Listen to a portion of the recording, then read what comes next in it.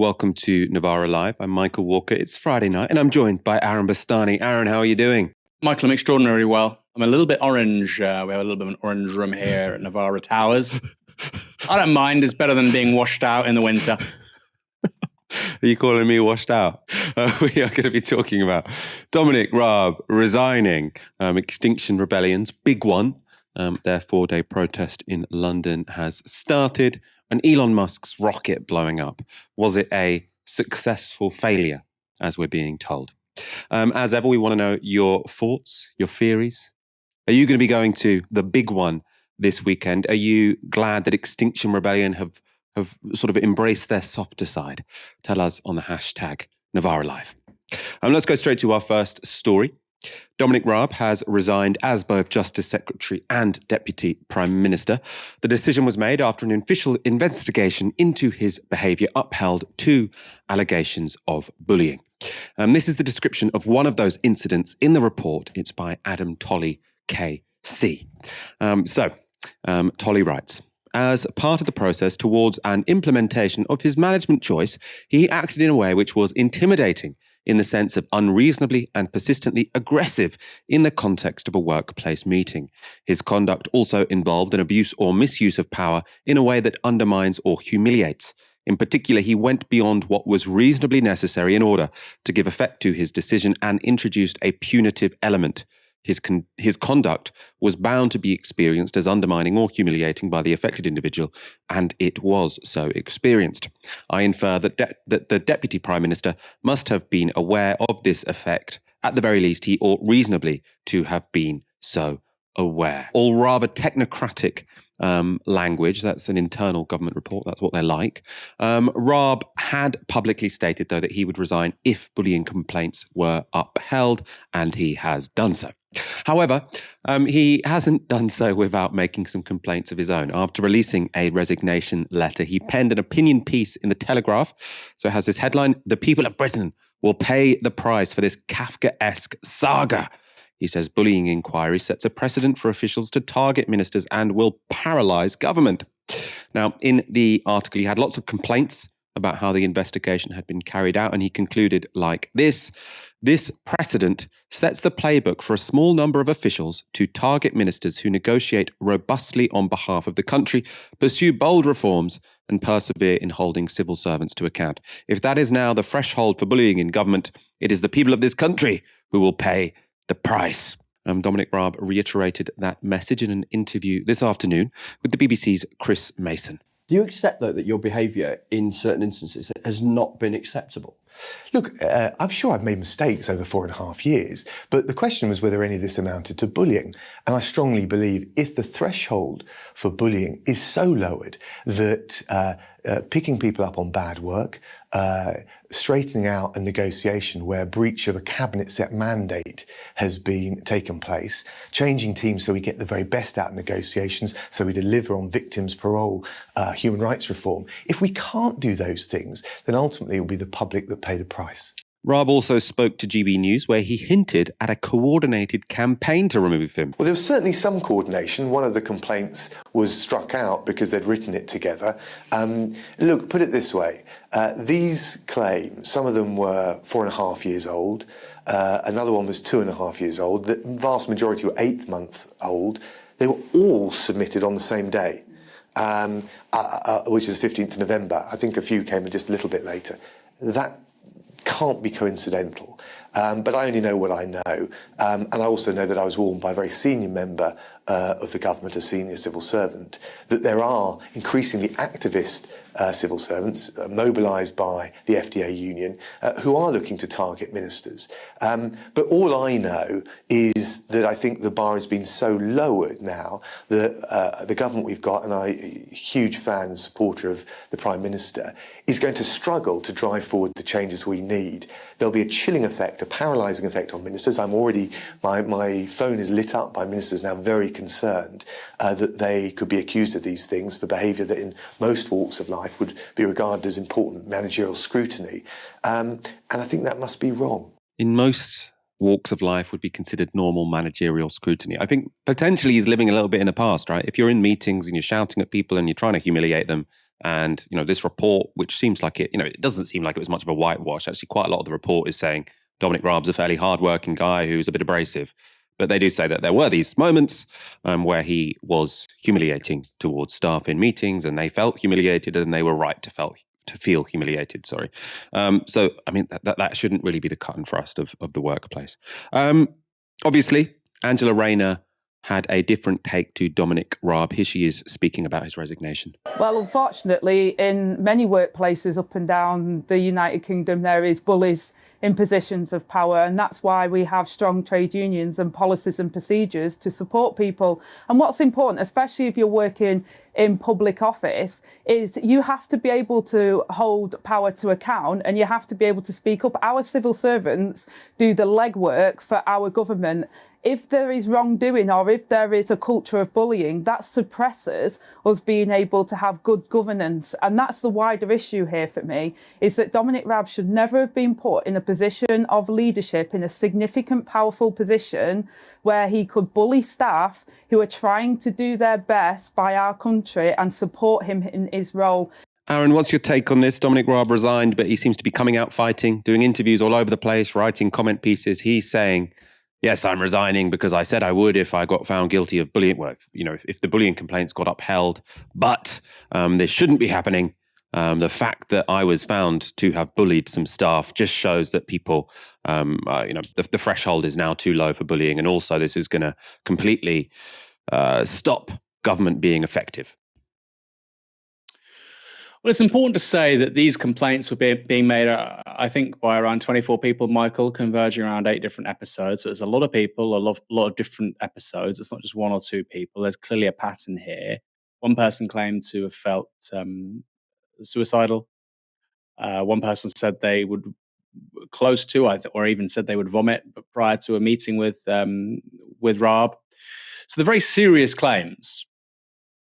I would push back a little bit on what Angela Rayner said there, however, this idea that, he should never have been there in the first place. It seems quite sort of vacuous politicking from where I'm standing for 2 reasons. Firstly, everybody in politics, Labour included, they venerate this idea of Malcolm Tucker from the thick of it, right? You've got people like Alistair Campbell being a mental health champion. At the same time, he was the template for somebody like Malcolm Tucker, whose whole raison d'etre is bullying, right? Bullying. It was an open joke.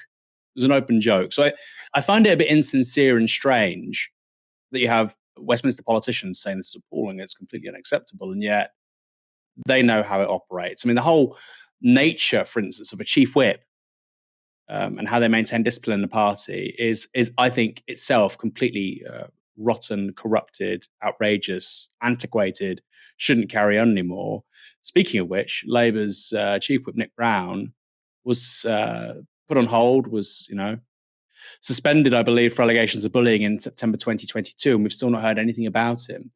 So this idea that Labour somehow has a sort of more morally pure position on bullying or workplace bullying than the Conservatives do, doesn't really hold water for me. Secondly, I think you have to have a very high threshold to be able to remove elected politicians from office on the basis of claims by civil servants. Now, I know people watching this might disagree. They might be thinking, I'm being contrarian. Imagine there's a socialist Labour government, implausible right now, I know. They go into power and you have ministers who are trying to execute the will of the people, which is a program which got them into power after a general election. They want to bring a bunch of things into public ownership. They want to drive through an agenda which is going to help working people in this country. Now, you can foresee a certain set of circumstances where various civil servants might not like that. They might not like those individuals. They might just sort of be prone to inertia and not doing anything. I'm not suggesting that's what civil servants would do, but you can see how that situation plays out. And you can see why socialists and people who'd be supportive of that agenda would have significant problems with the idea that an elected politician carrying out, quote unquote, the will of the people, which should be taken seriously as an idea, they would have severe and, I think, legitimate problems with that person being defenestrated on the basis of claims in the workplace. However, yes, we need a high threshold for these, but I also think in the case of Dominic Raab, that threshold has been met. Yeah, I mean, as I say, the report doesn't read like a whitewash. It reads like someone who's sort of taken Dominic Raab's side of the story very seriously, but found that he has behaved in an unacceptable way on more than one occasion, right? So I think, yeah, it does seem like a threshold has been met. And he doesn't seem like, from everything I've heard, he doesn't seem like a particularly pleasant person. And also this idea that you are sort of, he's making it seem as if this was a conspiracy by the trade union. The trade unions were trying to get rid of me. Part of the job of a trade union is, if you've got a bullying boss, to give people the confidence to put complaints in, right? So if there was some coordination, that doesn't delegitimize the process, because the whole point of a trade union is you say, look, if you want to make this complaint, you don't have to do it on your own. Because obviously going forward and making a complaint, you're worried that you're putting yourself out there and you could experience some sort of negative consequence. If they sort of isolate you, they say, oh, it's just this snowflake employee, actually they were terrible, they were not good at their job, and that's why they're getting upset, right? If lots of people put forward their complaints at the same time, then it's harder to do that, and it's precisely the job of a trade union to make it easier for employees who have been treated badly to put forward those complaints. So this idea that he's sort of saying, oh, this was all the trade unions who were sort of organising against me, like, yes, that's because you're the boss of some workers and you treated them badly, or they feel like they've been badly treated, and they're well within their right to speak to their trade union and try and hold you to account, right? So that's not actually a conspiracy. That's trade unions working how they should do. And that's actually, as the one thing I do agree with strongly with Angela Rayner there is she was talking about trade unions being the best defense people have against this kind of abuse in the workplace. So Dominic Raab may have released a self-pitying resignation letter, but the Tory MP has never been a man who invites much sympathy. As a newly elected MP, he wrote that men were getting a, quote, raw deal, and complained of, quote, feminist bigotry. Then this was how he spoke about food bank users during the 2017 general election. Typical user of food bank is not someone that's languishing in poverty, it's someone who has a cash flow problem episodically. No, it's true. Well, that is what the Trussell Trust data says. It's not what they say, Dominic. It is what I go to food banks all Sorry, the time. no. Sorry, Victoria, can I finish the point? Outraged by you saying no, that. They wouldn't believe this. Just to clarify, Dominic, you're telling the country here in this programme that the Trussell Trust, who deal with poverty, told you personally that the problem with food banks wasn't people who are on the breadline, but people are having cash flow problems. I'm dying to hear from them when they hear that you've said that. Can you just wait? What they do is they keep data that they update quarterly and then annually on the reason people are coming to their food banks. And that is what I'm citing. Not my experience of food banks. Well, go and read the data rather than shooting it off the... So he was saying, go look at the data. I'm right. You're just being a snowflake. Let's look at what the Trussell Trust said in response to that intervention from Dominic Raab. Trussell Trust data shows that the main reason for a food bank referral are delays and changes to benefit payments and low income issues that include people who are struggling with low pay or insecure forms of employment. It is our experience that people living in poverty are more likely to experience a sudden short-term crisis where they are referred for emergency food, whilst the underlying causes are addressed. For these people, food banks are a lifeline, and the Trussell Trust is extremely grateful to the public for the generous donations of food, toiletries and finance that help food banks keep their doors open. So essentially what's happening in their statistics, I think it's about 25% of people are suffering from, just extreme and permanent poverty, so they have to go use these food banks all the time. Then you've got 26% of people, that's why he's talking about the main group of people, is people who've had their benefits cut. They're already living in poverty, so the moment they have their benefits cut, they have to go and use a food bank. So it's not just a cash flow problem like you might imagine a middle class person having. This is people who are on very low wages, and then the moment they get benefit sanctioned, which is a huge cause of sort of distress, poverty, extreme poverty, something that the government shouldn't be saying, oh, it's not a big problem, it's just people getting their benefits cut. No, massive problem. Those statements about food bank users and feminists wouldn't halt Dominic Raab's advances through government, though. In 2018, Theresa May made Raab her Brexit secretary, and in 2019, Boris Johnson made him Deputy Prime Minister and Foreign Secretary. And it was in that latter role that Raab made perhaps the biggest mistake of his career. That was because when Afghanistan was falling to the Taliban and Kabul was being evacuated, he stayed on holiday. This was how he defended that decision.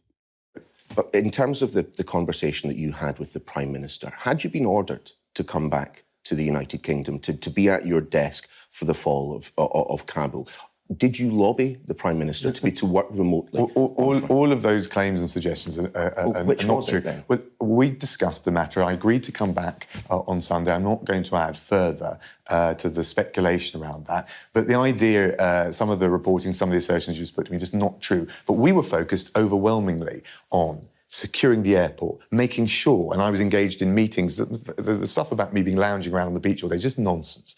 The stuff about me paddleboarding, nonsense. The sea was actually closed. It was a red notice. So sadly, while the sea was closed for Raab, an escape route had been closed for the thousands of Afghans who had helped the British during their occupation.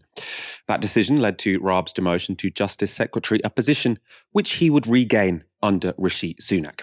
But despite being a key ally, history would catch up with Dominic Raab. Just this week, anti-Brexit campaigner Gina Miller told this anecdote on Talk TV. I've had personal experience where he was a bully to me, but this is in what way?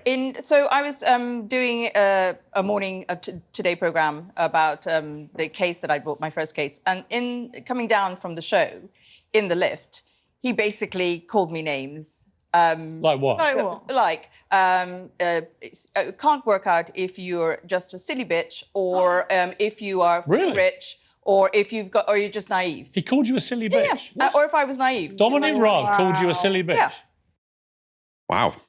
Aaron, what's Dominic Raab going to be remembered for? Cool, that's a good question, Michael. I think in the long term, people are going to look at the authors of that book, Britannia Unchained. People like, obviously, Liz Truss, Kwasi Kwarteng, Dominic Raab, Priti Patel, as failures fundamentally, as part of a wider project within the Conservative Party, which failed, both economically and culturally. Now, obviously, he's not had a brief in cabinet which is economic, but they were rising young guns within the Conservative Party in the early 2010s, and I think history is going to judge them very, very poorly. Extinction Rebellion, along with a number of other groups, have mounted the first 4 days of action in central London. It's all part of a protest they are calling, quote, the big one, and follows their move away from disruptive and illegal direct action. Protesters have today been holding pickets outside various government departments and listening to speeches on College Green opposite the Houses of Parliament. The new, softer tactic is a bid to make the events more inclusive, encouraging people to take action against climate change without risking jail time. Now, that risk of jail time is one we had another reminder of today when two members of Just Stop Oil were sentenced to more than 2.5 years each in prison. Morgan Troland and Marcus Decker scaled the Dartford Bridge using ropes and other climbing equipment. The action caused the police to close the bridge for over 40 hours. The sentencing judge said, quote, you have to be punished for the chaos you caused and to deter others from copying you. To discuss today's events in central London, I'm joined now by Alana Byrne from Extinction Rebellion. Alana, thank you for joining us today. First of all, the basics. Why is today's event called the big one? Yeah, thanks so much for having me, first and foremost. And also, I'm really glad you mentioned Morgan and Marcus. It's like obviously devastating news for us hearing about that today. So yeah, we've called it the big one because like the intention was to, bring as many people to Parliament as possible for this weekend. We've obviously, as you mentioned, we've sort of changed our strategy a bit this year, where we announced in the new year that we would stop, pissing people off, as it were, and like disrupting people, like getting in the way, and that we would instead prioritize attendance over arrest, as it were, and do the sort of deep work of building community and relationships with other organizations. That's like, that we, and it's really succeeded, right? We've got over 200 organizations involved in this, including, Greenpeace and Friends of the Earth. We've also got a PCS union and nature organizations and climate justice organizations as well. This is such an important part of the work. We've always believed at XR that a mass movement that becomes impossible for the government to ignore is like the key to change. So we're really excited about this weekend and what potentially comes after this. And I suppose, I mean, is it a bit of an experiment going more soft, or having a sort of more soft attitude, a more soft outlook? And also, I mean, what are you counting as success here? So say we get to mid next week and you've had your weekend of action in central London, but no one in the media has sort of taken much interest. They're saying, oh, this is, there's nothing controversial here to say. The reason this gets on Talk Radio and Talk TV and all of these shows normally is because they want to have this huge debate about whether or not it's okay to block a road or whether or not it's okay to throw some paint on a snooker table. If it turns out that after all of this organisation, the media aren't bothered because it's not controversial enough, will that cause you to change your tactics, or is that just not what you're looking for now? I mean, like, first and foremost, like, we've had so much attention, actually. Like, we've had the most amount that we've had in quite a long time in XR. So, I mean, even I've been, like, quite amazed at how, much media attention we've sort of been getting already. It is a bit of an experiment. Like, look, I personally, and I know, the majority of XR, like, we know that disruptive civil disobedience has shifted the dial on climate awareness, and we believe in it wholeheartely. But we're constantly told time and time again that we're not bringing people with us. That people believe in our cause but not in our tactics, and so I guess we've sort of thrown a bit of a gauntlet down this year to say, okay, fine, like, we'll shift stuff around a little bit. We won't get in the way, but we need everybody to just show up. You don't have to come down and chain yourself to Parliament or glue yourself to a road, but like, we need you to be there. And it just to be clear, like, we know that 8 out of 10 people in the UK, the polling shows, are deeply, deeply concerned about the climate crisis. But like, the climate movement, I guess, isn't necessarily growing exponentially, So where are those people and why aren't they coming? So I think we've said to ourselves, like, we'll try this for a little while, we'll be as accessible as possible and see if we can bring out the numbers and also build community with these other groups, right? That's such an important part of this. So I think, I think things could change following this weekend. What we've said is, like, we've made demands to the government. We've said, what we're calling for is an immediate end to fossil fuel licensing, and we want the transition away from fossil fuels to be led by citizens via citizens' assemblies. We need to bring the public with us on this because the change is going to be so dramatic. But let's face it, the government is very unlikely to respond to these demands. I know that, and so I think come Monday, when we haven't heard from them, the idea is that we are deliberating across this weekend with these other groups to say, right, how do we step up our plans? And we intend to go away and, discuss how we potentially escalate this and build more. I'm not saying we're necessarily going to go back to major public disruption with all. I can't speak for those organisations, but we definitely intend to ramp things up following the weekend.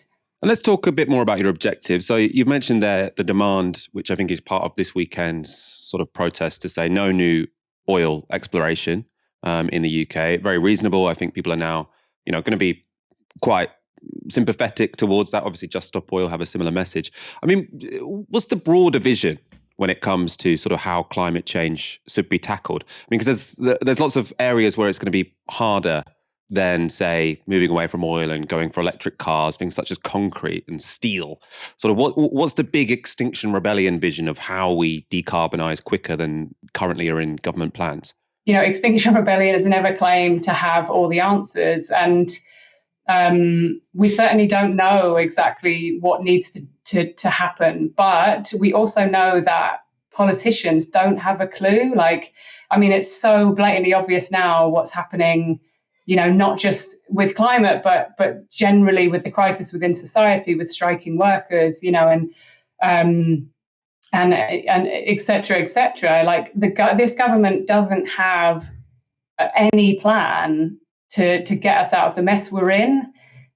So what we really believe in is that, ordinary people like all of us, we're way ahead of politicians on what, needs to happen. So a citizens' assembly, is selected like a jury. It represents the diversity of the country. It brings people together to, and they're given expert knowledge and information about the climate crisis. And we decide as the general public what needs to happen and how we transition away from fossil fuels. That for me is hugely visionary, because we need to, we're living in a divided time. We're living in a divided society, and people need to come together. When people sit around a table, it does, despite having completely different opinions on various things, they can find common ground when they do that. So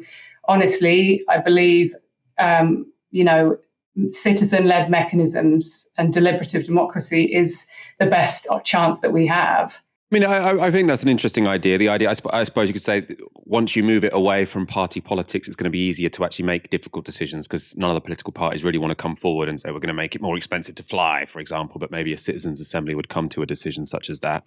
I suppose I want to know just a bit more about your sort of analysis of UK government policy, because what I think lots of people respond to Extinction Rebellion now at the moment, or people who are a bit more enlightened than the people who just say, who cares about climate change, it's all China's fault, are people who say, look, you're not actually taking on board some of the progress that the government has made, and maybe we are moving in a better direction than is made out. I was just looking it up today. Emissions in the UK are down 49% on 1990 levels. Now, obviously, the scale of the emergency we're seeing, we need to get down to zero as soon as possible. I'm not questioning that in any way. But I suppose I want to know your sort of broader analysis of UK government policy and our record on climate, and where you think the biggest failings are, what people should be focusing on, as well as sort of new oil exploration. I actually think, the government is working it's moving in the opposite direction in terms of, oil exploration in the North Sea and coal mines in the north. So actually, I don't believe that they're doing what needs to happen. We know the IPCC is clear, right? The IPCC report is clear that oil and gas exploration, it has to end, and it has to end now. That's like the most clear part of that, those papers. It's like before we start making things better, we have to stop the harm and stop the problem, and that is number one, is to stop drilling for oil and gas. So the government is ignoring that, and so are governments globally. So yeah, first and foremost, that's it really for me. Anyone who's watching this and thinking, I want to get involved in the big one, and what do? They just go down to central London this weekend? Yeah, and I was just going to say, like, loads of your listeners, I'm sure, many I'm sure live in London, and it just come down. Like, even if you've never been to an XR protest before, like, you don't necessarily see yourself as an XR protester. Like, this isn't just about XR anymore. Like, there's so many organizations involved in this fight, and just come down and chat to people. Like, you'll enjoy it, and yeah, so you're all welcome. Alana Byrne, thank you so much for your time and for joining us this evening. We really do appreciate it. This was the moment Elon Musk's Starship rocket had its first launch.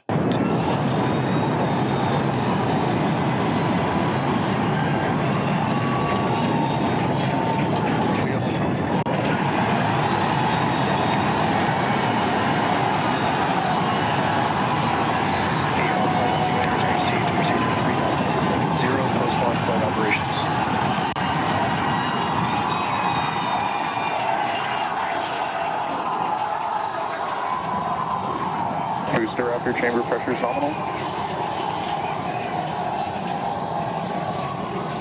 Now, that looked impressive. You could hear everyone in the launch control room sounding incredibly excited.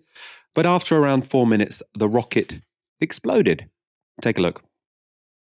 Obviously, this does not appear to be a nominal situation. Yeah, it does appear to be spinning, but I do want to remind everyone that everything after clearing the tower was icing on the cake.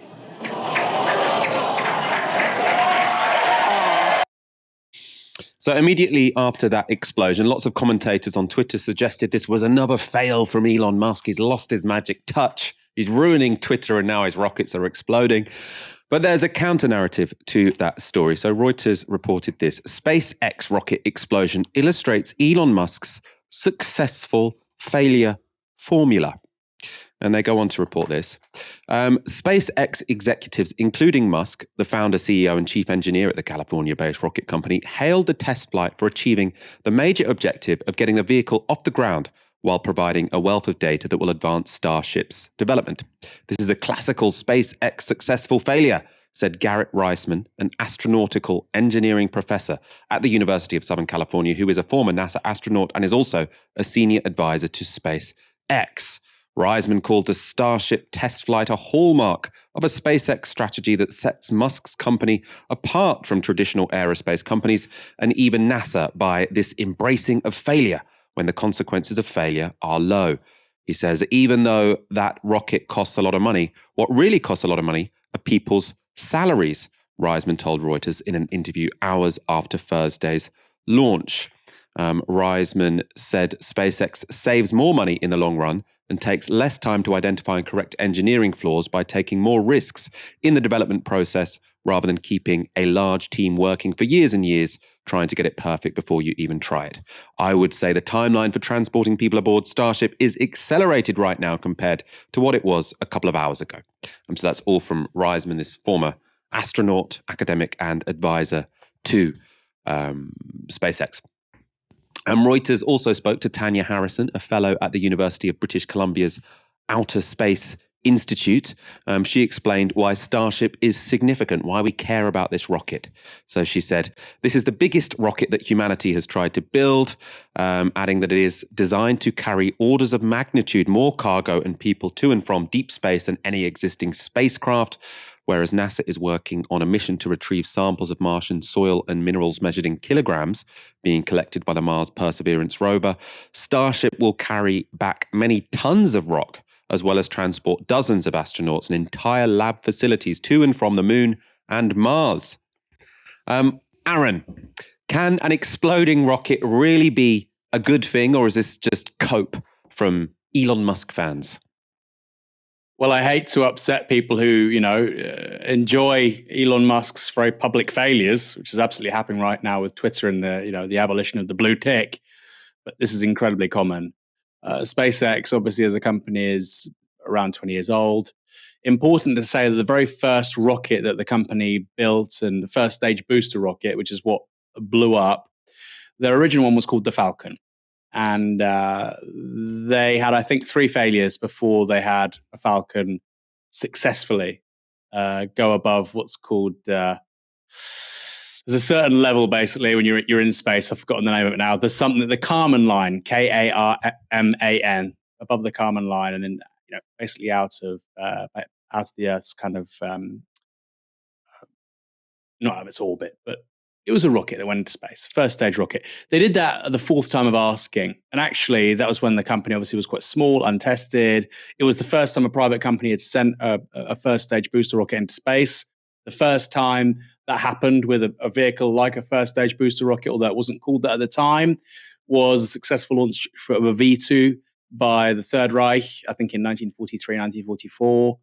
Obviously, you then get the US and the Soviet space programs, which did something similar. But the first time that a private firm did this was at the 4th attempt by SpaceX. There was lots of failure before that success. Then more recently, that thing perched on top of the rocket, the first stage booster rocket, Michael, the Starship.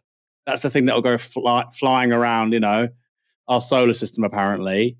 There were also multiple attempts at trying to get that off without a booster and to then autopilot and land successfully. I think there were 4 failed attempts over several years before they got that right.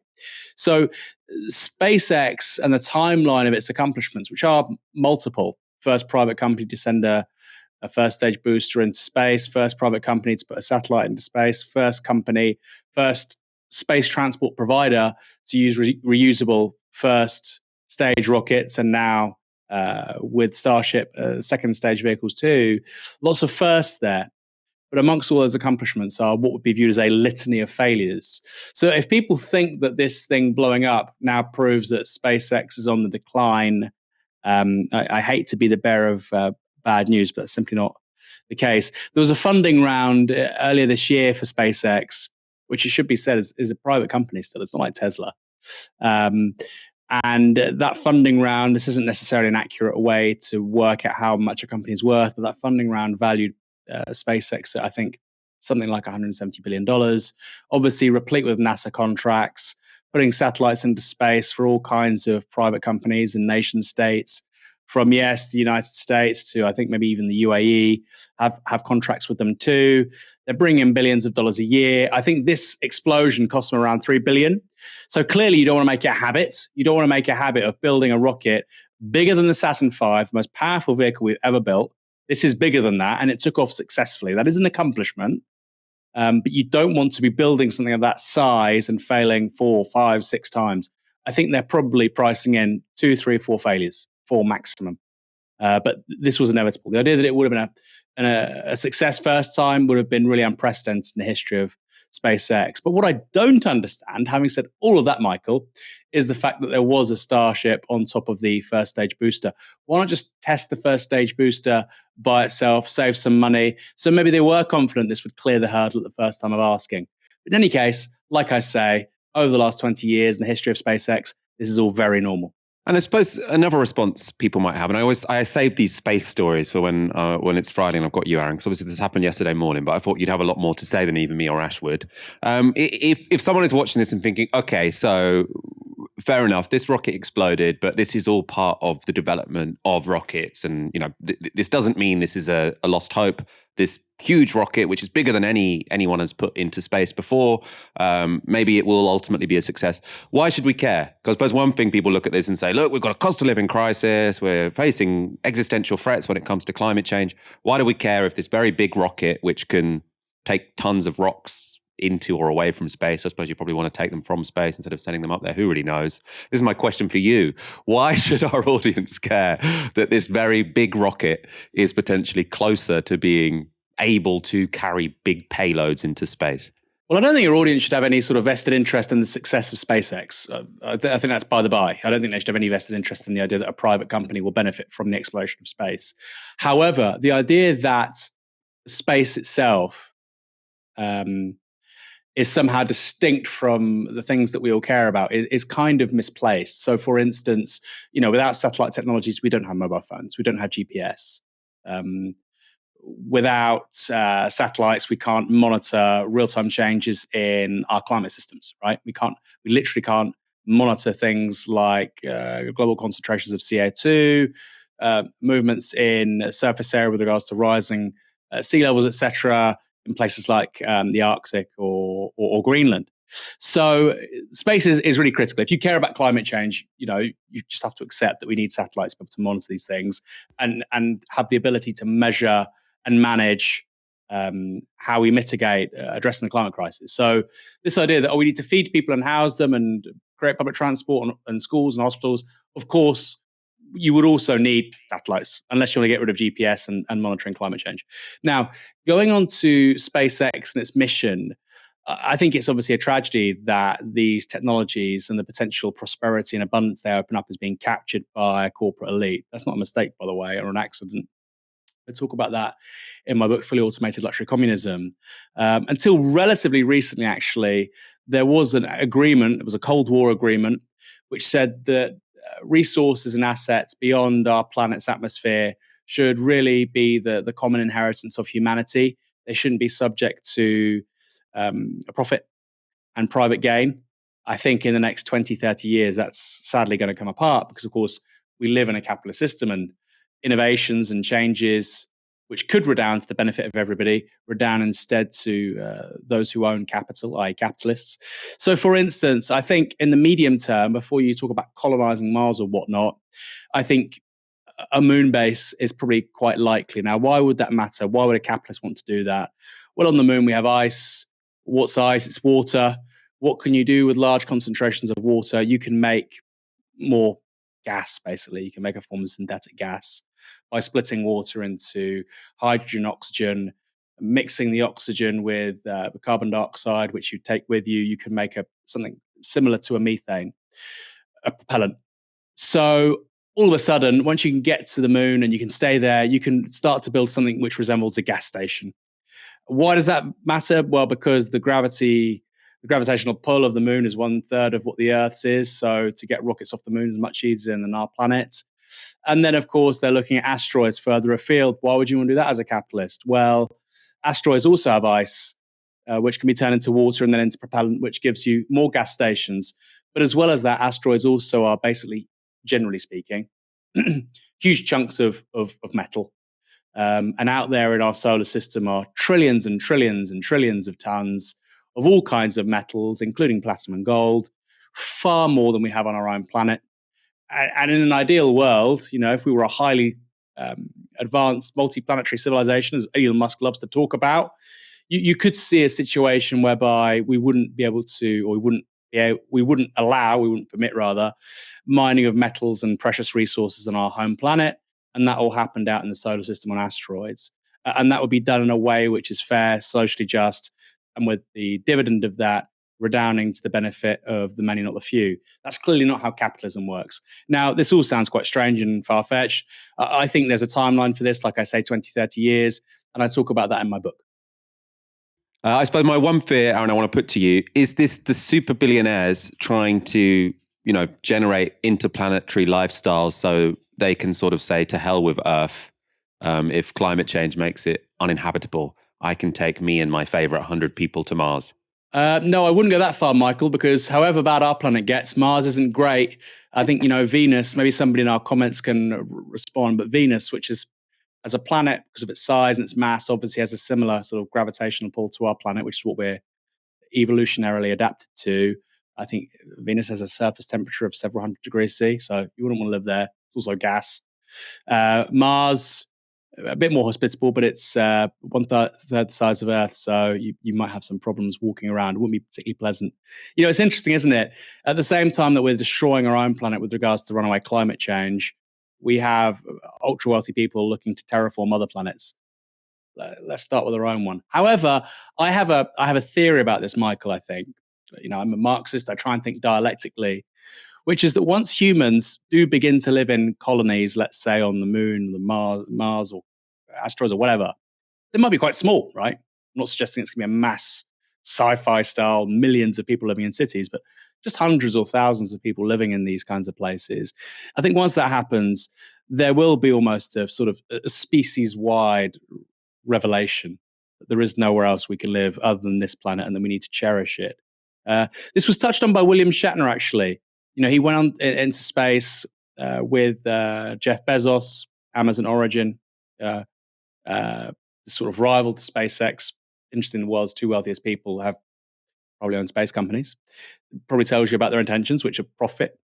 And he went up there, and he wrote this all. Well, he said it, and it was then reported in an interview. I tweeted the clip of it.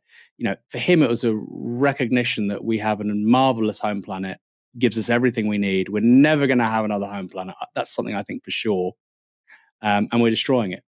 So I think that, once people begin to live on places that aren't planet Earth, maybe that will paradoxically give us a greater appreciation of Earth. I'd like to think so.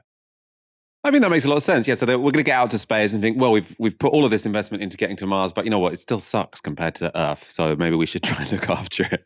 I don't think. However technologically advanced we become anywhere is going to be nicer to hang out than even if they manage to make life on Mars possible. I don't want to go there. It seems much more pleasant here. Prepare yourselves emotionally for 3 p.m. this Sunday, when every mobile phone in Britain will sound an emergency alarm. The alarm will make a siren-type sound for 10 seconds or vibrate. It's unclear to me which one will happen to every phone. And it is a practice run for what the government says is a vital tool to keep the public safe in life-threatening emergencies. Not everyone is pleased. This was a Daily Mail front page this week. They say, so what genius thought it was a good idea to terrify the whole country at 3 p.m. on Sunday? They're furious about this plan. Also furious is Jacob Rees-Mogg. This was his monologue on GB News. Cry God for Harry, England and St George. His Majesty's government has decided our telephones will screech at us on St George's Day as a test warning. I'm afraid to say I've disabled my government warning system because I think that it will end up being used in the way the Met Office gives us warning to tell us the blindingly obvious. That is to say that the weather's going to be hot and perhaps we should have a glass of water. Or there may be a storm and it may not be wise to go out, or it may be cold and we should wrap up warmly. I don't think that that is why we have telephones. I think we have them as a service that we want to use, that we pay for to communicate with people, not to be shouted at by the government that it's maybe trivial. And if there's something that has happened that is serious, won't we actually know anyway? Those of you who watch GB News will undoubtedly know because you'll have heard it on the news. But if something is building up to a great disaster, are we to assume that people are so stupid that they haven't paid any attention to what's been going on? And this seems to me a mistaken role for the state to be taking. It is back to the nanny state, warning us, telling us, mollycoddling us, when instead they should just let people get on with their lives and make sensible decisions for themselves. I mean, it's hard to make a sensible decision for yourself if you don't know what's about to happen, right? So if you're not watching GB News or live television, listening to the radio, and that there is a hurricane coming, I quite want to know about it, right? The point is also that it can tell you at any time. So if it's going to happen in half an hour, maybe you want to do something about it. I don't know. It has gone wrong, though. Let's look at some instances where these tests have gone wrong. So just this week in Florida, an emergency alert was sent to everyone at 4:45 a.m. That came with an alarm sound. And it said, this is just a test of the emergency alert system. No action is required. So not a particularly scary one, but people were pretty annoyed to get that so early in the morning. The BBC reported this about that. Florida Division of Emergency Management later admitted that a 4:45 wake-up call isn't ideal. The agency said each month it tests the alerts on a variety of platforms, and this alert was supposed to be on TV and to not disturb anyone already sleeping. On Twitter, it vowed that it was taking the appropriate action to ensure this will never happen again, and that only true emergencies are sent as alerts in the middle of the night. Florida Governor Ron DeSantis said the alert was a completely inappropriate use of the system. The BBC also reported these details about residents. They said angry Floridians took to social media to complain about being woken up before dawn, with one writing on Twitter, "I need to fight whoever decided to test Florida's emergency alert system." And then people shared tips on how to turn the notifications off on their phones. The Emergency Management Agency urged residents not to do this. So this probably backfired. Their testing system actually encouraged a lot of people to delete the testing system from their phone. However, not as dramatic as this, which is without doubt the worst example of an emergency alert going wrong. It was in 2018 in Hawaii. There, early on a Saturday morning, the state government sent every phone on the island this message: ballistic missile threat inbound to Hawaii. Seek immediate shelter. This is not a drill. So a pretty scary message. This is an NBC report from The Times showing what happened next. All personnel seek shelter immediately. Just after 8 a.m. in Hawaii, pandemonium in paradise. Hysteria triggered by a false alarm. The terrifying message screamed across cell phones throughout the state. Ballistic missile threat inbound to Hawaii. Seek immediate shelter. This is not a drill. We've seen people starting to run. The hotel staff came and told my parents, seek shelter, you only have 12 minutes. It took 38 minutes for a correction to be texted out, twice the time it would take for a missile to reach Hawaii from North Korea, and more than enough time to terrify people across the state. Governor David Ige took responsibility. Today is a day that most of us will never forget, and many in our community was deeply affected by this, and I'm sorry.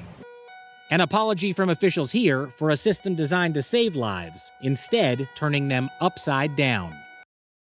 That's such an amazing story. So it took them 38 minutes to tell them that there wasn't actually a missile incoming and that they needed to take shelter. 38 minutes. Apparently, it took 12. It would have taken 12 minutes to come there. So you could have been hiding in place for ages. Aaron, how concerned are you about the government having the ability to alert us all, which they will demonstrate at 3 p.m. this Sunday? I'm not that worried, Michael. I quite like Jacob Rees-Mogg talking about his hatred of the nanny state. Bear in mind, this is somebody who was literally raised by a nanny. He has 6 children. They have a nanny. I hate the nanny state, but I don't mind having a nanny at home doing all the work of raising the children. Bit strange. Is it a nanny state to be able to warn millions of people about an impending disaster in real time? I think it's probably quite important. If there was a asteroid heading our way, it probably wouldn't matter, I suppose, an asteroid or act of war, a nuclear weapon. I mean, you probably would want to be indoors if there was a nuclear weapon dropped within a couple of miles of where you live. So I think it's just being frivolous and silly, really, isn't it? I mean, what's the downside, really? What's the downside? I'm perfectly happy to be skeptical of the state when it comes to some things, but being warned about an impending disaster through mobile phones, which, despite what Mr. Mogg seems to think, Mr. Rees-Mogg rather, the Right Honourable Rees-Mogg seems to think, that is the medium by which you can contact basically everybody in real time, almost immediately. Not everybody is watching the news at the exact same time. I think, GB News and Sky and BBC News, in terms of their 24-hour rolling news channels, I mean, you're looking at tens of thousands of people watching them at any one time. So, no, mobile phones is a very smart way of doing it. I'm not particularly fussed, Michael. I think it's probably a sensible thing to do. But look, politicians and the media rail against sensible things all the time. That's the world we now live in. It does really demonstrate the concept creep that we've got with nanny state, because the idea of a nanny state, you say the state is going beyond its essential functions, which is to look after us when we're sick, to make sure that no one falls into complete destitution, to maintain law and order. And the nanny state is when they've gone beyond those, when they're telling you what to eat and what to drink and, what you should be able to watch on television, really, really going beyond the basic functions of a state. But telling people if a hurricane is coming or if we're all being bombed, they might sound implausible. I don't think they're going to use this emergency system very often. That, to me, is probably a basic function of the state, right? It's not really telling us how to live our lives, to just have the capacity to tell us if there is an emergency that's about to happen in half an hour's time.